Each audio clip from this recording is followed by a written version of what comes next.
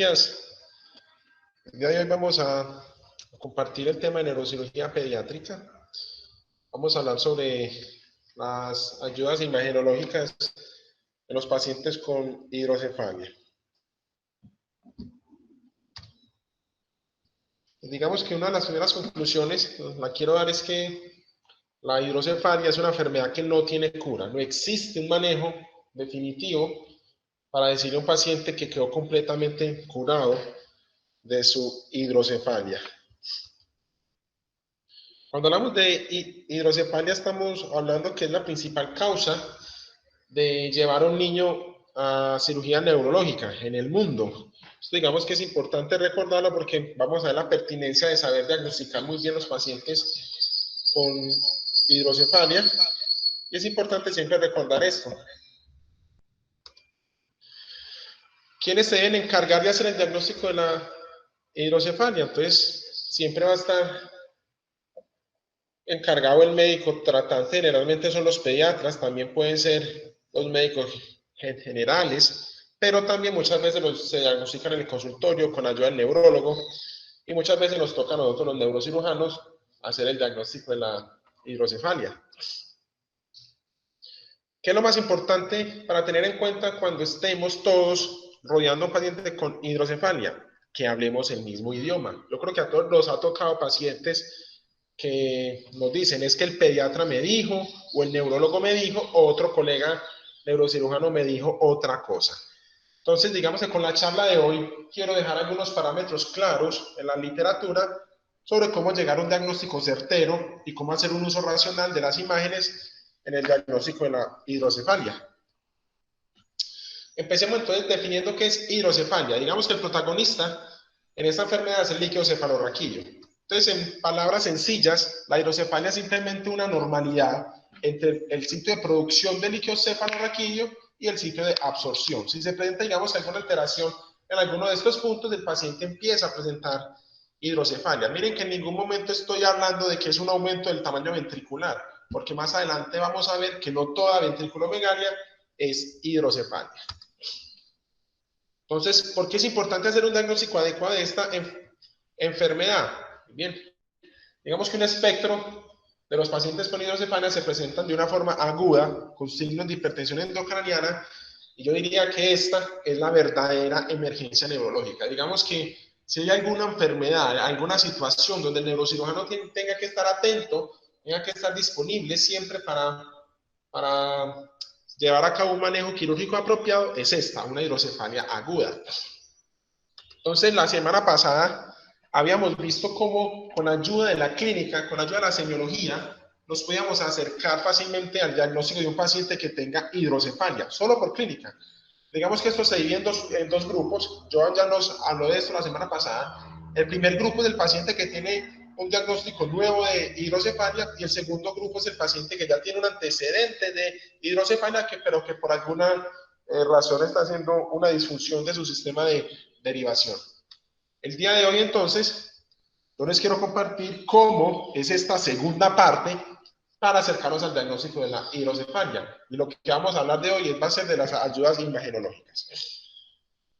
Digamos que el diagnóstico por imagen de hidrocefalia viene desde los años 1900, donde los primeros pasos empezaron a dar con la ventriculografía. Miren ahí en esa imagen como les muestro que a través de inyectar aire en los sistemas ventriculares, cómo se ve una dilatación del sistema ventricular. Miren cómo se hace un diagnóstico tan viejo de una enfermedad tan grave. Listo, digamos que las imágenes en neurocirugía son de suma importancia porque ayudan al neurocirujano a tener un planeamiento neuroquirúrgico.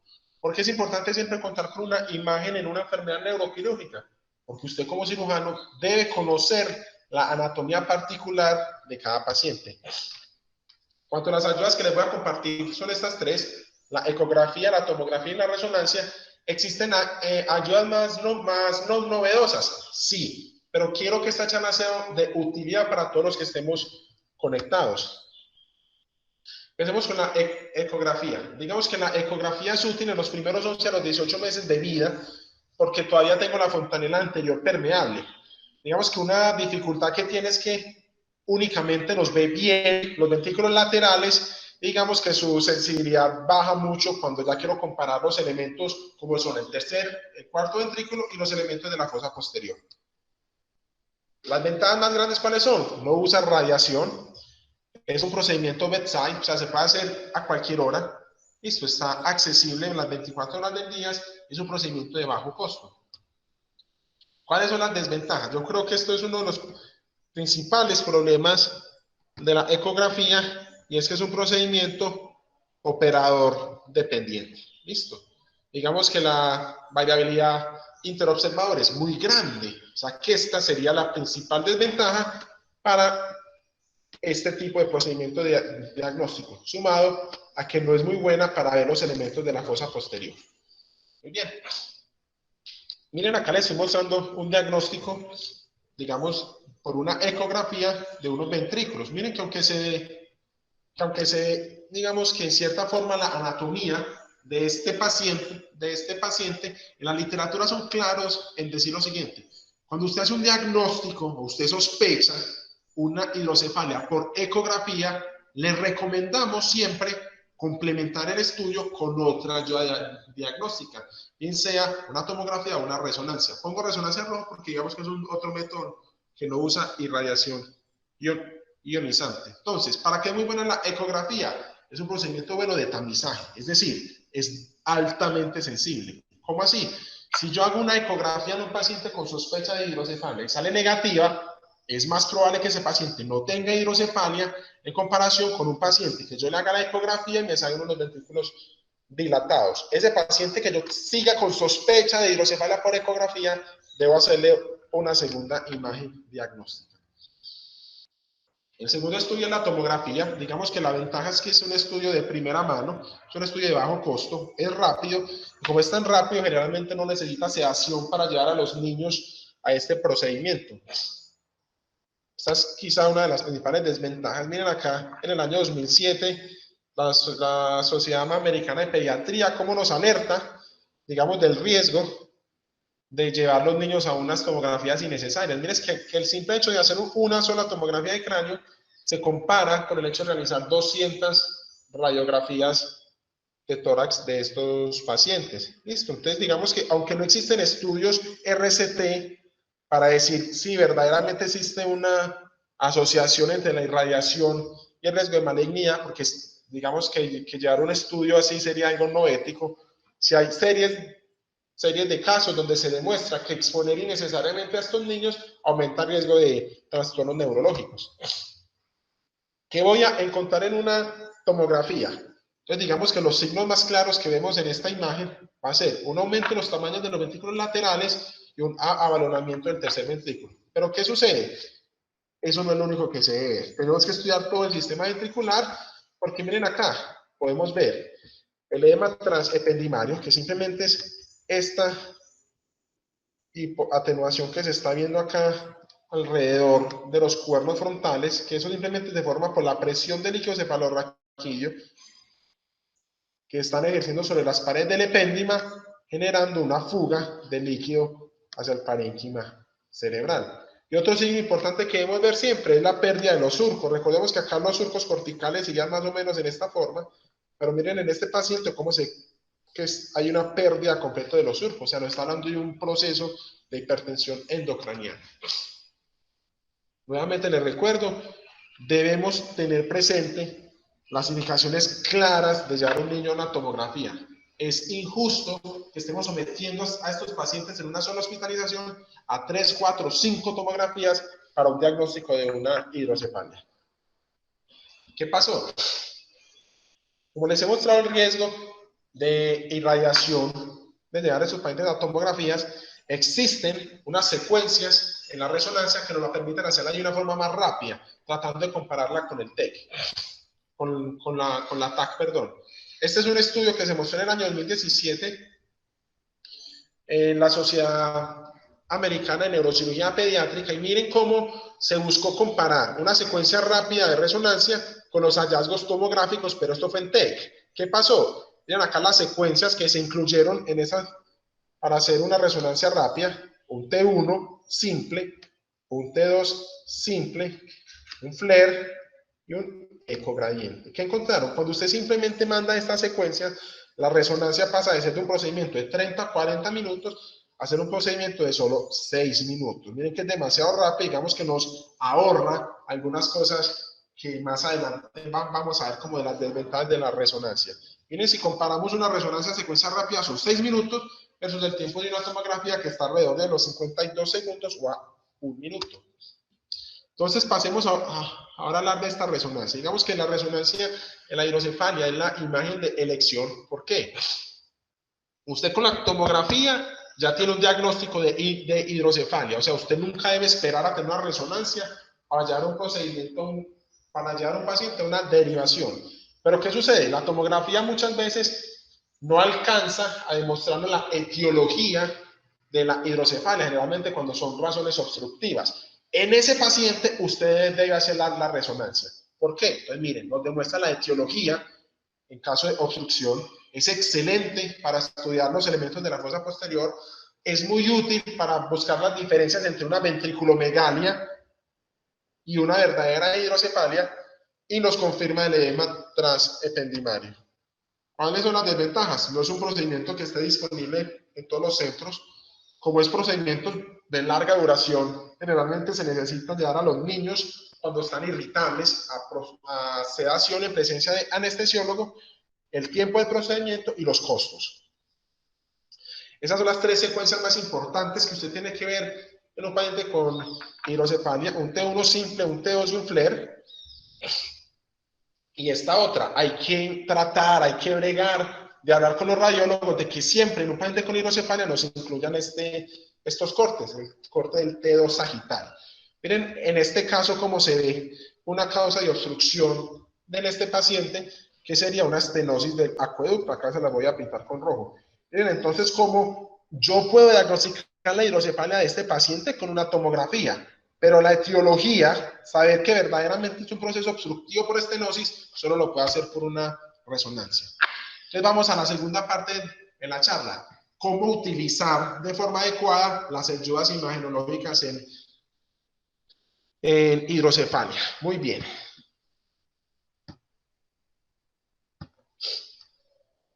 Empecemos con casos clínicos.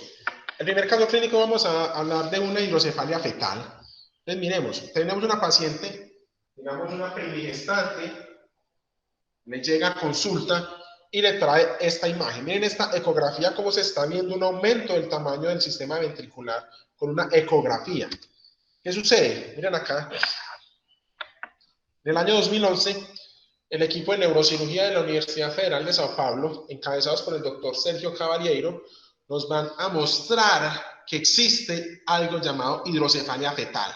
Digamos que la incidencia no está muy clara porque la mayoría de los pacientes con hidrocefalia fetal en los países desarrollados hacen abortos programados. Listo, sin embargo, varía entre el 0.2 y el 1 y un caso por 1000 nacidos vivos. Una cosa clara con la hidrocefalia fetal es que al hacer un diagnóstico temprano, yo le puedo ofrecer al paciente un tratamiento más rápido, mejorando el pronóstico neurológico.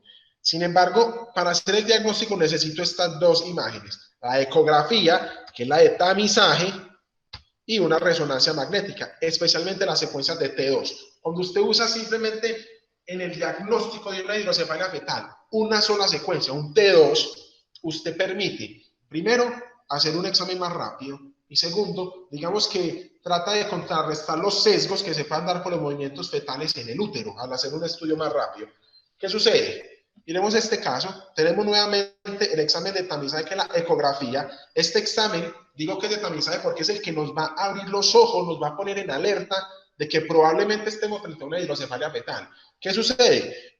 Únicamente con la ecografía, digamos que es difícil hacer un diagnóstico certero, por lo cual se recomienda hacer una resonancia. Miren, este es un caso del estudio del doctor Cavaliero, donde se demostró que la causa de la hidrocefalia era nada más y nada menos que un aneurisma gigante de la vena de Galeno. Miren la importancia de complementar el diagnóstico con una resonancia. Listo, se puede hacer en el embarazo, utilicemos secuencias T2 para llegar a un diagnóstico rápido y oportuno.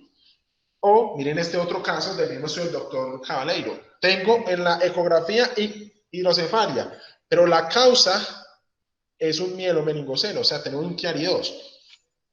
Nuevamente nos devolvemos a este estudio del 2011, donde el MOMS nos mostró que tratar a los pacientes con mielomeningocele inútero disminuye la necesidad de derivación cuando nacen. Listo, o sea, miren lo importante de hacer un diagnóstico rápido de la hidrocefalia fetal. Otro caso, otro grupo que encontró él en su estudio de la hidrocefalia fetal, fueron los pacientes que tenían hidrocefalia por estenosis. Estos pacientes fueron los que él llevó a un tratamiento de la hidrocefalia inútero. Se hace, miren, a través de una centesis del líquido amniótico se funciona el sistema ventricular y miren, se les pone un shunt, un sistema de derivación. Muy bien. El segundo grupo de pacientes que se nos pueden presentar con hidrocefalia son los pacientes recién nacidos a término o recién nacidos pretérmino. ¿Listo? Digamos que la principal causa de hidrocefalia en estos grupos son las hidrocefalias congénitas, pero hoy vamos a hablar también de las hidrocefalias que nacen a partir de una hemorragia de la matriz germinal. Entonces, vamos a diferenciar tres conceptos. IVH, o sea, hemorragia intraventricular. El segundo concepto es la dilatación ventricular y el tercer concepto es la hidrocefalia poshemorrágica. Imagínense que únicamente un cuarto de los pacientes que tienen hemorragia intraventricular hacen dilatación ventricular y solo 2/3 de los pacientes que tienen dilatación ventricular hacen hidrocefalia poshemorrágica. Y de estos pacientes que hacen hidrocefalia poshemorrágica, el 20% o menos van a requerir un manejo quirúrgico. O sea que miren que no todo paciente que yo le encuentre en la ecografía hemorragia intraventricular es sinónimo de hidrocefalia. Una cosa es tener sangre en los ventrículos, otra cosa es tener dilatación de los ventrículos y otra cosa es tener hidrocefalia a partir de una hemorragia intraventricular. Para hacer el diagnóstico de esta patología, en este segundo grupo de pacientes ya vimos los fetos, vamos con los un poquito más grandecitos, digamos los infantes. Tengo estas dos herramientas, la ecografía y la resonancia. La ecografía, ¿por qué es buena? Bueno, nos sirve hasta los 18 meses cuando tengo fontanela, es un procedimiento de bajo costo, es un procedimiento tipo bedside, o sea, está al lado del paciente, está disponible. Pero ¿qué sucede? Cuando yo tengo una sospecha de hidrocefalia poshemorrágica con ecografía, confírmelo con resonancia para ver que no haya otra lesión causante de la hidrocefalia que no sea la hemorragia. Miren acá lo que les mostré, que solo 2/3 de los pacientes que hacen dilatación van a desarrollar hidrocefalia. Entonces, ¿cuáles son las ventajas de la ecografía aparte de esto? Nos permiten hacer seguimiento. Yo puedo hacer el seguimiento todos los días del tamaño ventricular con una ecografía. El tercer grupo de pacientes son los pacientes preescolares o lactantes. Miren que ya son niños que ya han cerrado su fontanela. Entonces, en estos niños, la ecografía ya va a salir de nuestro arsenal diagnóstico y voy a tener lo siguiente. La clínica, una clínica completamente diferente a los niños que todavía tienen fontanela, porque digamos que los niños con fontanelas permeables, digamos que el cráneo es más permisivo a las hipertensiones. En estos niños ya no. Acá les estoy poniendo un caso de una parálisis de la supraversión de la minada en un paciente escolar y nos llega con esto al servicio de urgencias, la tomografía. En este grupo de pacientes donde la tomografía empieza a tener un papel principal en el diagnóstico de la hidrocefalia. Recordemos que la tomografía en el diagnóstico de la hidrocefalia es un TAC simple, es un TAC rápido. ¿Listo? Es un TAC que está accesible y que no requiere sedación en la mayoría de los casos. Con esta tomografía yo puedo hacer el diagnóstico de una hidrocefalia si tengo dilatación del sistema ventricular, abalonamiento del tercero y edema transeptendimario. Con este estudio, conociendo la situación clínica, si el paciente ya tiene signos claros de hipertensión, no debo demorarme en llevarlo a un tratamiento, bien sea de derivación con tubo o a una neuroendoscopia. Pero ¿qué sucede? Confirme con una resonancia. La tomografía ya nos dijo, su paciente tiene hidrocefalia, pero la resonancia es la que nos va a mostrar la etiología. Miren, en este caso, como la etiología es un tumor de la glándula pineal, digamos que sospechemos un germinoma, por lo cual este paciente, el mejor procedimiento en este caso sería hacer una neuroendoscopia, abrimos el piso del tercer ventrículo y en el mismo acto tomamos una biopsia del tumor. ¿Listo? O sea, miren la importancia que tiene hacer un uso racional de las imágenes en el diagnóstico de la hidrocefalia. El cuarto grupo de pacientes es el paciente que ya sabemos que nos tiene hidrocefalia, ya ha sido operado y viene nuevamente con clínica. Esos son los pacientes que hablábamos la semana pasada, esos pacientes con disfunción. Entonces, primera pregunta, ¿realmente existe una indicación para realizar tomografía o resonancia en el control postoperatorio de los pacientes que se llaman a derivación? Bueno, si el paciente está asintomático, yo considero que no.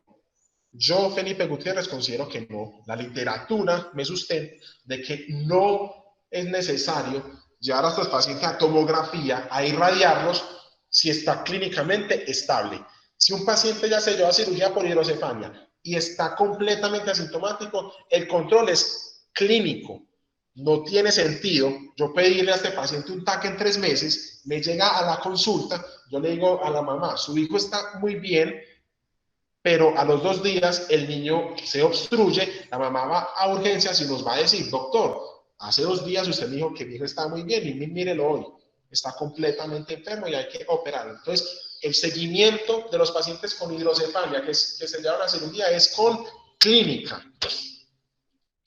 Sin embargo, ¿cuándo sí se debe usar la tomografía? Un paciente que se llevó a cirugía y está con síntomas de hipertensión.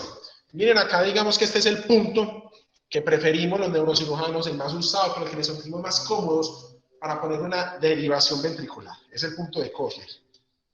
Miren acá la mala posición se reporta en la literatura, desde un cuarto hasta un 40% de los casos. El paciente que tenga una mala posición tiene más riesgos de que no esté haciendo un adecuado drenaje del líquido cefalorraquídeo. Estos pacientes los que van a tener nuevamente clínica de hipertensión endocraniana y son en los que se hace la imagen. Miren, por ejemplo, este caso está de derivación. Sí está pasando por el ventrículo lateral, por el tercer ventrículo, pero miren la punta de donde paró. Listo, miren que está parando casi, a ver, mesencéfalo puente. Listo, miren, este paciente es el que tiene ese riesgo de que usted lo operó, pero sigue con síntomas. Este es el paciente en el que usted sí debe hacer una imagen. Digamos que la pregunta muchas veces de los pediatras, los neurólogos, incluso las madres y algunas veces los neurocirujanos es, bueno, ¿será necesario hacer una imagen para ver si los ventrículos han vuelto a su tamaño normal? Muy bien, se han estudiado y miren, volver a ver los ventrículos de un tamaño normal después de una derivación se demora hasta 12 meses, o sea que no hay necesidad de exponer a nuestros pacientes. Hay radiación únicamente para ver si los ventrículos han vuelto a su tamaño normal. Por su parte, digamos que los pacientes que no se llevan a derivación, sino que se llevan a neuroendoscopia, ¿cómo se siguen? Muy bien. El seguimiento debe ser con resonancia. ¿Por qué? La resonancia nos va a evaluar verdaderamente si esa endoscopia, si esa membrana que se abrió, si el piso y la membrana del íricus que se abrieron con la neuroendoscopia siguen permeables. Miren acá las secuencias que se deben hacer. Idealmente pedir un T2 sagital, una cineresonancia y un espineco. ¿Para qué? Evaluar si verdaderamente hay flujo de líquido cefalorraquídeo en el espacio subaracnoideo. Así se deberían seguir esos pacientes que se llevan a neuroendoscopia y están con síntomas de disfunción. Y el último grupo de pacientes, esos pacientes que tienen ventriculomegalia por cualquier enfermedad.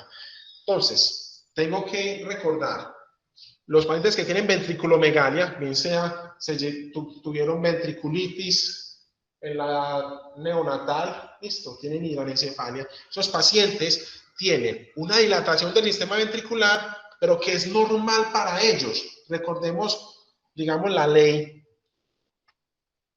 de Monro Kelly que nos va a decir, vea, el cráneo tiene 3 componentes, cerebro, agua y sangre. Estos pacientes, como han tenido enfermedades repetitivas del parénquima cerebral, este espacio se va a sustituir ¿con qué? Con lo más fácil, con el agua. Entonces van a tener ventrículos grandes para la población general, pero que van a ser normales para ellos. Entonces, ¿cómo voy a diferenciar el paciente que tiene una ventriculomegalia de un paciente que tenga hidrocefalia? Bueno, gracias a Dios, estos pacientes que tienen ventriculomegalia por otras enfermedades tienen muchas neuroimágenes. Acá les puse, digamos, una línea de tiempo, estamos en el 2021, al presentarse un paciente asintomático, pero que tenga una ventriculomegalia, si usted tiene dudas, si usted no sabe si verdaderamente está frente a una ventriculomegalia o una hidrocefalia, pídale al familiar los exámenes previos, compare.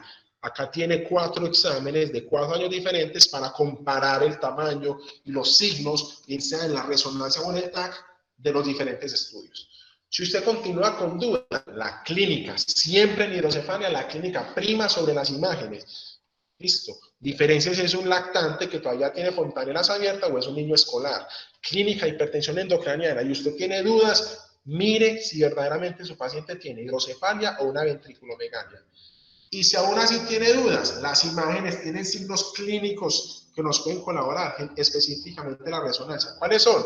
Son estos 5. Si tiene un aumento del tamaño de los ventrículos laterales, pero para usted saber si verdaderamente es un aumento, los tiene que comparar con los estudios anteriores. Segundo, si usted tiene un desplazamiento hacia abajo del piso del tercer ventrículo con la presión del líquido, piensen en hidrocefalia. Busquen la secuencia Flair si tiene ese brillo alrededor de los cuernos frontales que nos pueda estar hablando de un edema trasependimario. Mire si existe compresión de los surcos corticales o de las cisternas basales con la hipertensión endocraniana y mire si hay un desplazamiento hacia arriba del cuerpo calloso. ¿Listo? Así se diferencia una ventriculomegalia, que es normal en ese paciente, de una verdadera hidrocefalia.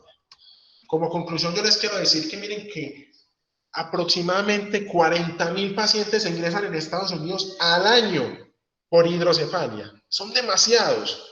¿Cuántos de estos verdaderamente serán hidrocefalias y cuántos serán ventriculomegalia? La tercera conclusión que les quiero dar es: incluyamos a la familia en el diagnóstico de la hidrocefalia. El papá, la mamá, el propio paciente tiene que saber qué tiene. Digamos que una diferencia entre el neurocirujano pediátrico y el neurocirujano de adulto es que el neurocirujano pediátrico trata a 3 personas a la vez. Trata al papá, a la mamá y al hijo. Siempre explíquele a los padres, que ellos sepan qué tiene su hijo, que ellos conozcan, que siempre tiene que cargar con las imágenes, con la historia clínica. Esta es una aplicación, está disponible completamente gratis, tiene su versión en español, se la podemos recomendar a nuestros pacientes, se llama el asistente de la hidrocefalia. Usted simplemente mete sus datos, pone qué tratamiento le ha dado, qué neurocirujano lo hizo, pone, le graba, listo, le escanea las fotos, las tomografías y está disponible para el celular. O sea, utilicemos la tecnología a nuestro favor. Como conclusión final, quiero hacer esta pregunta. ¿Quiénes manejan la hidrocefalia? Todos. Incluyamos a la familia en el diagnóstico para que todos hablemos un mismo idioma y no confundamos a los pacientes, ni mucho menos nos confundamos entre nosotros. Muchas gracias.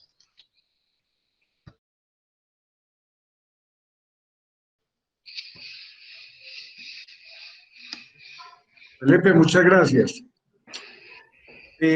Tenemos muchos médicos generales conectados y yo quiero que les expliques por escanografía cómo haces para diferenciar si una hidrocefalia es comunicante o obstructiva. Una forma fácil para que ellos lo sepan. Digamos que la forma más fácil para diferenciar una hidrocefalia obstructiva y una comunicante es el cuarto ventrículo. O sea, si usted ve que todos los ventrículos están dilatados, usted puede pensar que es una hidrocefalia comunicante. Si por alguna razón ve que el cuarto ventrículo está normal y los ventrículos supratentoriales son los que están dilatados, debe sospechar en hidrocefalia obstructiva, pero siempre confirme con una resonancia para ver cuál es la causa de la obstrucción. Sí, esa es la clave, siempre mirar el cuarto ventrículo. Si el cuarto ventrículo está dilatado, es una hidrocefalia obstructiva, aunque ahí nos quedaría de pronto una hidrocefalia causada por un Chiari, pero en términos generales, si uno ve el cuarto ventrículo dilatado, puede hacer una punción lumbar. Y la segunda pregunta, Felipe, explícanos qué son los ventrículos rígidos o los ventrículos en hendidura. Bueno, imagínense que cuando yo tengo un paciente con hidrocefalia que ya lleva mucho tiempo derivado, el epéndima que me va a estar rodeando el sistema ventricular se va a volver en alguna forma inmóvil. inmóvil. Esos pacientes que van a tener esos ventrículos, perdón, ese epéndima inmóvil, pueden llevar el nombre de unos ventrículos rígidos. Digamos que eso es un reto diagnóstico para el neurocirujano, porque debe ver si verdaderamente este paciente tiene hidrocefalia, porque estos ventrículos, este epéndice va a estar tan rígido, no se va a dilatar igual que si no estuviera así de rígido. Entonces, digamos que ahí la clave diagnóstica cae en la resonancia, en ver los otros signos que les acabo de mostrar, especialmente el edema trasependimario. Son pacientes que tienen unos ventrículos rígidos, también se puede dar por una antigua técnica que se usaba, que era poner tubos libres, o sea, tubos de derivación que no contaban con un efecto antisifonaje, entonces se daba un sobredrenaje de líquido cefalorraquídeo. Entonces usted venía unos split ventricles, o sea, unos ventrículos en hendidura que eran, digamos, también el paciente canta porque está obstructivo, es decir, el sistema no está drenando suficiente, o lo contrario, usted está drenando más de lo necesario. Digamos que son unas entidades que se escapan del tema, pero lo importante en hidrocefalia es saber que un paciente que tenga ventrículos rígidos no te va a hacer la misma imagen que un paciente que no tenga ventrículos rígidos cuando se presenta con hidrocefalia. Yo quiero ampliar un poquito la respuesta, y es que antes no usábamos válvulas, sino que simplemente usábamos un tubo que drenaba el líquido cefalorraquídeo al peritoneo. Entonces el niño lo operábamos antes del cierre de la fontanela, y hacía que, a pesar de tener una hidrocefalia, las suturas se sellaban y el niño quedaba con una microcefalia, o con una cabeza del tamaño normal a pesar de tener hidrocefalia.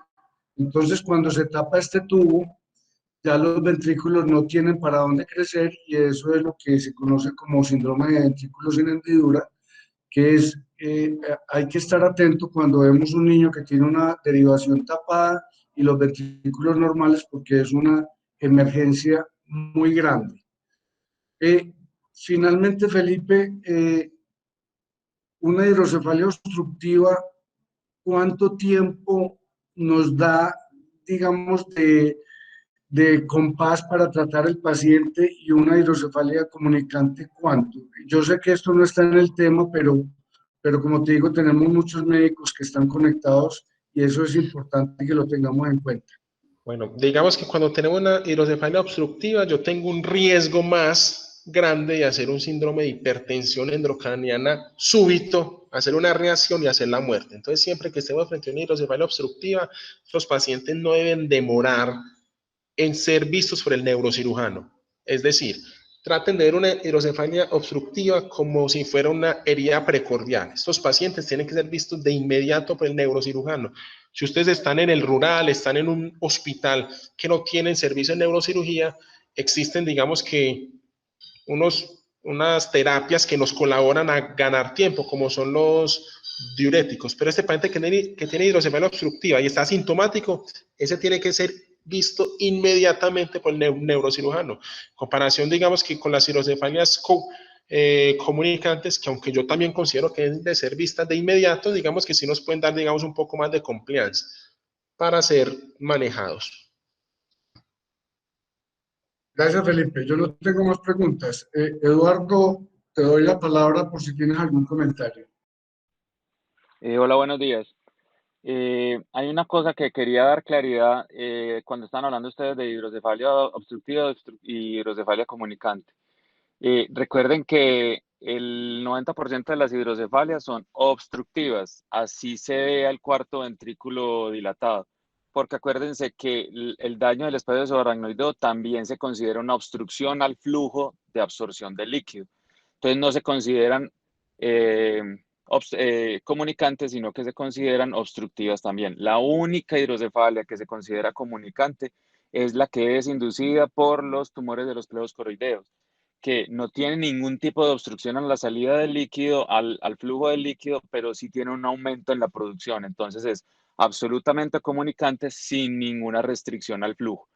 Entonces recuerden eso, siempre es eso. Lo que pasa es que sí es un poco más fácil con la tomografía llegar a un diagnóstico un poco más certero con respecto a la clínica que están hablando del que está obstruido intraventricular como el que está obstruido por fuera, para la velocidad del diagnóstico y la clínica. Entonces ahí viene la otra parte que preguntaban de la clínica.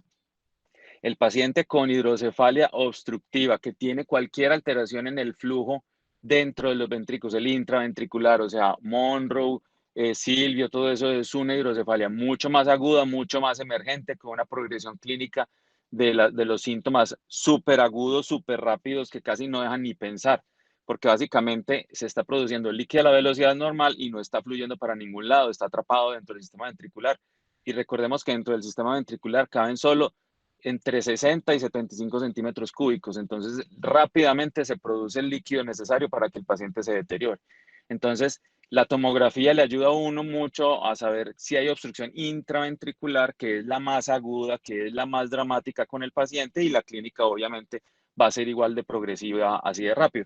Mientras que la obstructiva extraventricular, que sería la que es por hemorragia, postraumática y todo esto, como es una alteración al flujo hacia la absorción, y esa alteración al flujo hacia la absorción es un tanto más lenta y no está obstruida del todo, la progresión clínica del paciente es un poco más larvada, lo deja uno pensar más, lo deja utilizar el medicamento que estaba diciendo Felipe para llevarlo un poco más tiempo para definirle.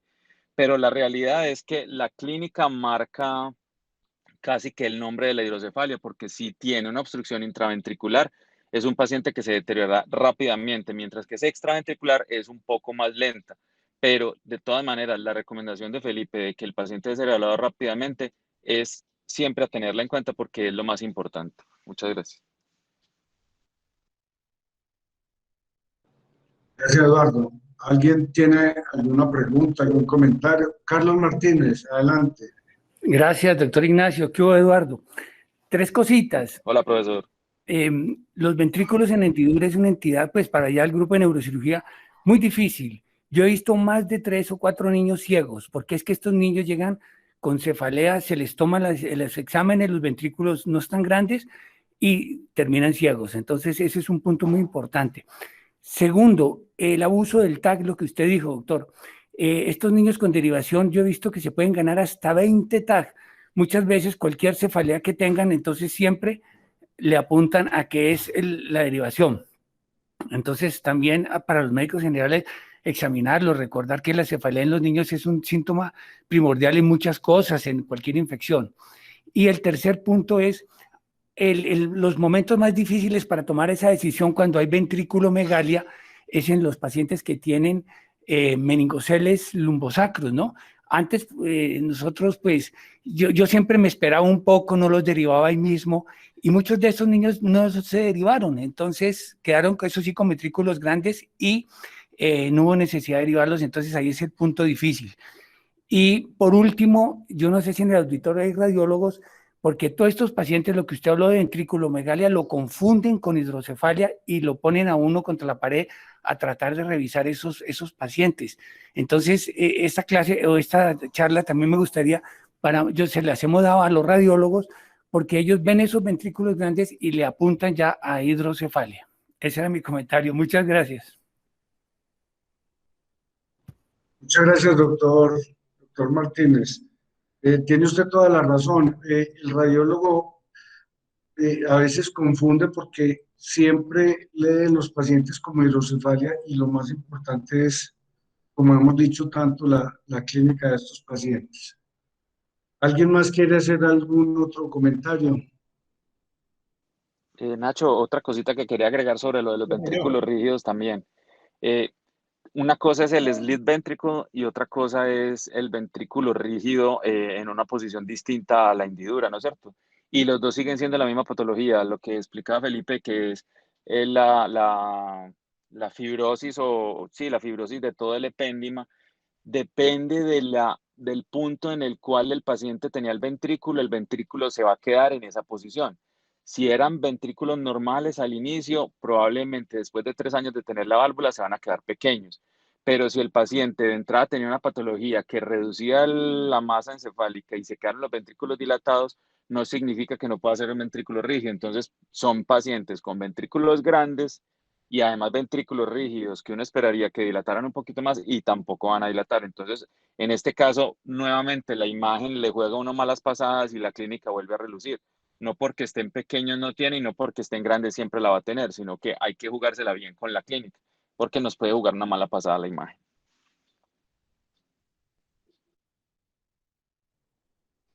Hola, profe, yo quiero dar unos daticos. Imagínense para todos los asistentes, los neurocirujanos, los médicos generales, que la hidrocefalia, digamos que es una de las patologías que más manejamos en neurocirugía. Digamos que el tratamiento muchas veces se ha dejado en derivación con tubo o endoscopio, pero les quiero contar que a la fecha, digamos que existen estudios, o se están haciendo estudios para ver si verdaderamente existe una cura. Los primeros estudios están tratando de estudiar, digamos, inhibir las aquapurinas. Hay 7 medicamentos que están estudiando para ver si de una vez por todas yo puedo llevar a una cura la hidrocefalia. Y les cuento que en Buenos Aires, Argentina, de la mano del doctor Pedro Lilic, un neurocirujano terapista endovascular, se está llevando el estudio ECCHES-1. Imagínense, este estudio está tratando de revolucionar el manejo de la hidrocefalia a partir de la terapia endovascular. Los pacientes que se están incluyendo son pacientes con hidrocefalia comunicante y están tratando de meter un catéter, hacer una comunicación entre el seno petroso inferior con el espacio subaracnoideo del ángulo pontocerebeloso, buscando, digamos, disminuir las tasas de complicaciones y disminuir la estancia hospitalaria. Entonces, digamos que son 2 terapéuticas que vamos a ver en un futuro si sirven o no, pero miren cómo es de interesante esta enfermedad que cada día revoluciona el mundo médico. Entonces, les repito, estudio ECCHES-1, terapia endovascular para el manejo de la hidrocefalia comunicante, y segundo, 7 diferentes medicamentos que se están estudiando para inhibir las aquapurinas y buscar una cura para esta enfermedad. Muchas gracias. El doctor Ortúa nos pregunta acerca de la utilidad y pertinencia de la cisternogamografía en el diagnóstico de la hidrocefalia. No tengo experiencia. Eduardo, ¿qué nos puede decir? Pues la verdad yo tampoco tengo experiencia, pero básicamente lo que busca es medir la presión dentro del ventrículo, o sea, la capacidad que tiene este líquido de extravasarse y mirar el edema transependimario. Es una manera más confiable de mirar el flujo del líquido, no solo al espacio, a la región transependimaria, sino al espacio cortical. Básicamente lo que busca y inicialmente fue la manera en que se diagnosticó lo que se llama la circulación secundaria del líquido cefalorraquídeo. Y este es un tema que es relativamente nuevo, es un tema que se viene conversando más o menos desde el 2012, es la circulación menor. Circulación mayor, circulación menor, estamos acostumbrados a pensarla como en solo el sistema circulatorio, y la realidad es que el líquido cefalorraquídeo también tiene circulación mayor, circulación menor. Nos enseñaron toda la vida de que la circulación del líquido cefalorraquídeo única era la que hacía, es decir, la circulación por los ventrículos, salía al espacio subaracnoideo y se reabsorbía. Pero en la evolución, sobre todo de las hidrocefalias por obstrucción del flujo en el espacio subaracnoideo, se veía que no se descompensaban tan rápido y que algunos pacientes no necesitaban tratamiento alguno, y fue donde surgió a partir de estos exámenes la posibilidad de ver cómo el líquido cefalorraquídeo marcado en el espacio subaracnoideo también se empezaba a absorber, y no era solo por los senos venosos, sino que también lo hacía por los capilares venosos y lo hacía por los capilares venosos corticales. Entonces ahí, a partir de ahí, surgió la teoría de la circulación menor de líquido cefalorraquídeo. Y entonces ahí viene la aclaración que quería hacer frente a lo que dice Felipe. Recuerden, vuelvo y digo, la hidrocefalia comunicante es solo por tumores de los pleos coroideos, un aumento en la producción de líquido. Esa hidrocefalia que están tratando de manera endovascular es una hidrocefalia obstructiva al flujo de líquido en el espacio subaracnoideo. Básicamente lo que logra la técnica es aumentar los sitios de permeabilidad del espacio subaracnoideo para que drene líquido al sistema venoso, de una hidrocefalia obstructiva al flujo para la absorción del líquido. Entonces, realmente es un abordaje distinto al tratamiento de la hidrocefalia obstructiva del espacio subaracnoideo, que con los otros métodos no podíamos acceder al espacio subaracnoideo, ni con la ventriculocisternoctomía, ni con la DBP resolvíamos el problema del espacio subaracnoideo. Esta técnica resuelve la obstrucción del espacio subaracnoideo para que el líquido se pueda absorber directamente al sistema venoso. Entonces, precisamente, vuelvo y aclaro, ese método diagnóstico surgió y como muchas cosas de la medicina termina siendo un hallazgo incidental, lograron ver que el líquido que está en el espacio subaracnoideo, que está en la cisterna, lograron ver la movilidad del líquido, tanto en el epéndima, como se absorbe en el epéndima, como en los capilares venosos corticales, y con ese examen precisamente surgió la teoría de la circulación secundaria del líquido cefalorraquídeo o circulación menor del líquido cefalorraquídeo.